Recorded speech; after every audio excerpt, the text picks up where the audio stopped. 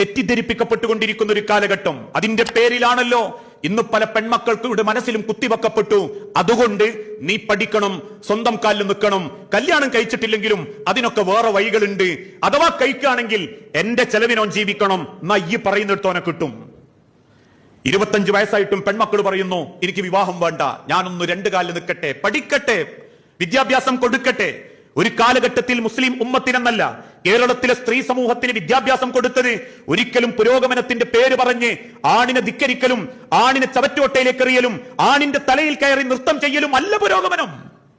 മറിച്ച് ആണിന്റെ തണലിൽ ആണിന്റെ നെഞ്ചോട് ചേർന്ന് അവനോടൊപ്പം സ്വർഗം കണ്ട് ജീവിക്കുന്നതാ ഇസ്ലാം പഠിപ്പിച്ച ഏറ്റവും വലിയ പുരോഗമനം, ഏറ്റവും വലിയ സമാധാനം. കാരണം ഒരു പെണ്ണിന്റെ പൂർണ്ണ സമാധാനം അവൾക്ക് തണലേകുന്ന ഒരാണിന്റെ കൂടെ മാത്രമായിരിക്കും.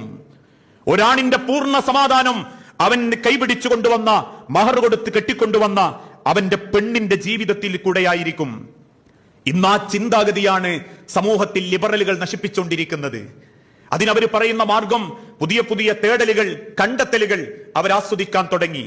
ലൈംഗികത മാത്രമല്ല ജീവിതമെന്നും പ്രസവിക്കലും മക്കളെ നോക്കലും മുലയൂട്ടലും ഒക്കെ ശാരീരികമായ അബദ്ധങ്ങളാണെന്നും എന്നും തുടുത്തും തനുത്തും യൗവനത്തോടെ നിൽക്കണമെങ്കിൽ ഒരിക്കലും വിവാഹിതരാവാൻ പാടില്ലെന്നും മുലയൂട്ടരുതെന്നും ശരീരം തൂക്കരുതെന്നും മറിച്ച് ആളുകൾക്ക് സന്തോഷമുണ്ടാക്കുന്ന രീതിയിൽ ഉടുത്തിട്ടുടുക്കാതെ നടക്കലാണ് ഇന്നത്തെ കാലഘട്ടത്തിന്റെ ആവശ്യമെന്നും ആളുകൾ പഠിപ്പിക്കപ്പെടുമ്പോ മുസ്ലിം കുടുംബത്തിലെ പെൺമക്കൾ പോലും ആ വസ്ത്രത്തെ സ്നേഹിക്കാൻ തുടങ്ങി, അത് ആസ്വദിക്കാൻ തുടങ്ങി.